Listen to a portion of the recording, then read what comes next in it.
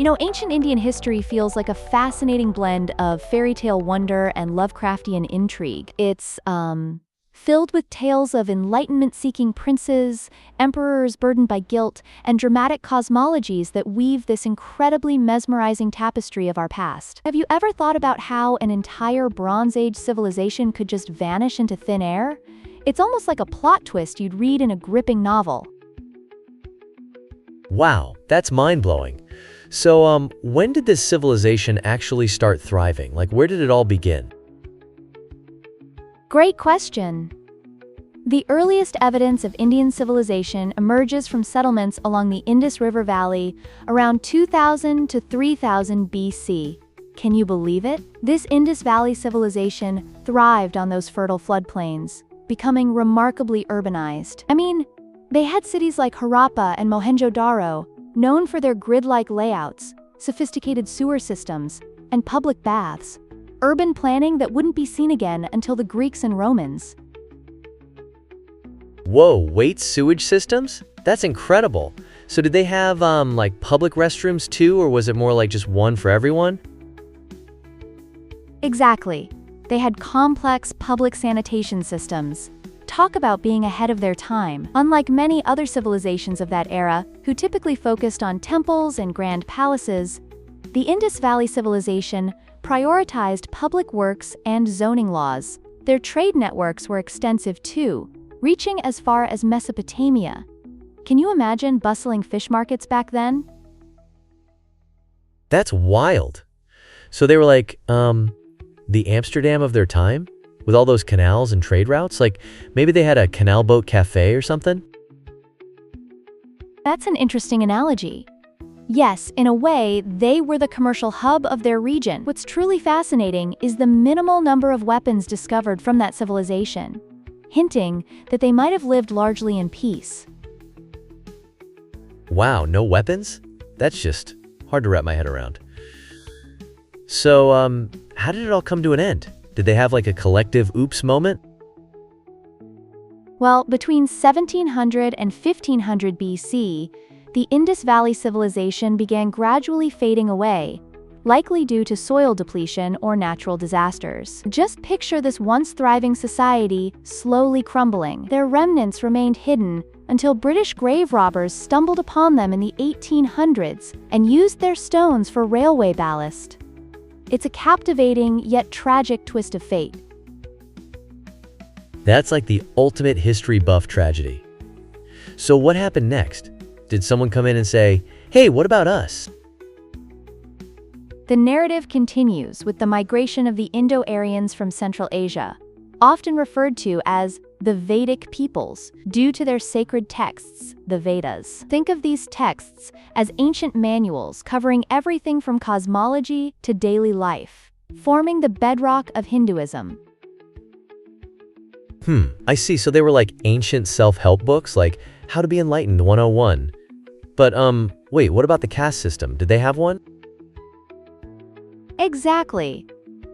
The Indo-Aryan culture established a strict caste system designed to maintain political stability. Over time, it stratified into a hierarchy with Brahmin priests, Kshatriya warriors, Vaishya merchants, and Shudra laborers, with the untouchables marginalized at the bottom. It's complex and illustrates the societal dynamics of that era. I can't imagine living under such a strict caste system. It must have caused a lot of tension. So the Vedic tradition evolved over time, right? Like, did they break free from those ideas eventually? Right. By the first millennium BC, the Upanishads emerged, profoundly transforming Indian philosophy. They explored concepts like reincarnation, duty, and the interconnectedness of self and the universe. It's like they were pioneers of existential thought. Wow, that's pretty heavy for ancient texts. Are these ideas still influential today? Like, do people reference them in modern life? Absolutely. These texts still resonate in contemporary discussions about purpose and existence. Now, speaking of epic literature, two cornerstone texts from this period are the Ramayana and the Mahabharata. They weave history with mythology, and the Mahabharata includes the Bhagavad Gita, which addresses moral dilemmas faced by its characters, especially Arjuna. So, like, what kind of moral dilemmas are they applicable to real life today? Like, do I need a philosophy degree to get it? Tons of dilemmas. The Bhagavad Gita tackles the conflict of duty versus personal desire, presenting struggles that are timeless. These conflicts reflect the universal human condition against a backdrop of divine intervention. Oh, I think I remember hearing about that in philosophy class. So what came after that golden age of literature and philosophy? Was it like a sequel or something?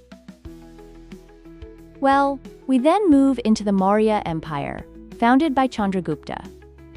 This marked India's first centralized state, establishing diplomatic ties with neighboring regions. His grandson, Ashoka, is particularly noteworthy for transforming from a conqueror to a Buddhist king who sought to uplift his people and promote tolerance. Wow, that's quite a transformation. So he went from warrior to peace seeker. Did he have a moment where he was like, whoa, what am I doing? Exactly. However, following Ashoka's reign, the Maurya Empire experienced decline and ultimately fell by 180 BC. India's ancient history is rich with literature, philosophy, and cultural roots that have thrived over thousands of years. Such a captivating journey. That's incredible. It's like a story that just keeps unfolding. So, what's next? Are there more twists and turns in Indian history waiting for us? Oh, plenty.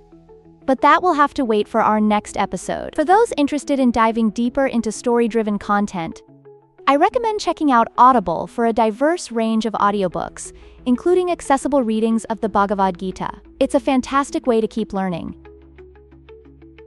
That sounds amazing. I'd love to explore that. Thanks for diving into this history. It's been such a fun ride. You're welcome. And listeners, thank you for tuning in. If you have feedback or topics you'd like us to explore further, let us know. Laughs. Seriously, it feels like we've only scratched the surface. I'm so eager to learn more.